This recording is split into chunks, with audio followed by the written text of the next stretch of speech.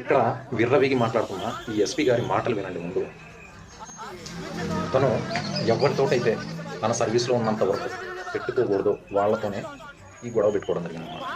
ఆపరేషన్కి వెళ్తుండగా 17 RR బెటాలియన్కి సంబంధించిన ఒక సివిల్ వెహికల్ని క్యాప్చర్ చేసి అతోలి అనే పోలీస్ స్టేషన్లో పెట్టడం జరిగింది, కిస్తూవార్ డిస్టిక్, జమ్మూ అండ్ కాశ్మీర్లో.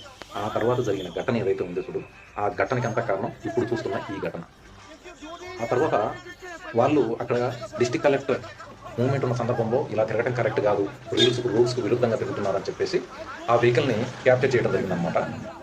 ఈ విషయం తెలుసుకున్న 17 RR కమాండింగ్ ఆఫీసర్, ఒక మేజర్ సార్, ఒక నాయక్ సుబేదార్, 40 మంది జవాన్లతో పాటు ఆ అతోలి అనే ఆ పోలీస్ స్టేషన్ మీద చేసిన ఆ విధ్వంసకరమైన అటాక్ గురించి ప్రతి ఒక్కరికి తెలియాలి. ఎందువల్ల అంటే ఈ అతోలి కిస్తూవార్ డిస్టిక్లో చాలా ఏరియా 17 RR అండర్లో వస్తుంది, వాళ్ళ ఏరియా ఆఫ్ రెస్పాన్సిబిలిటీ. కనుక అక్కడ ఆపరేషన్స్ అన్నింటినీ కూడా, అక్కడ జరిగే మూవ్మెంట్స్ అన్నీ కూడా ఈ యొక్క 17 RRకి సంబంధించినవి. కనుక వీరు చేసిన ఈ ఒక్క చిన్న పొరపాటు వల్ల చాలా ముఖ్యమైన ఉగ్రముఖులు తప్పించుకున్నారని సమాచారం కారణంగా ఈ పోలీస్ స్టేషన్ మీద అటాక్ చేసి ఈ ఆఫీసర్స్ బట్టలు చించి మరీ పెట్టారన్నమాట.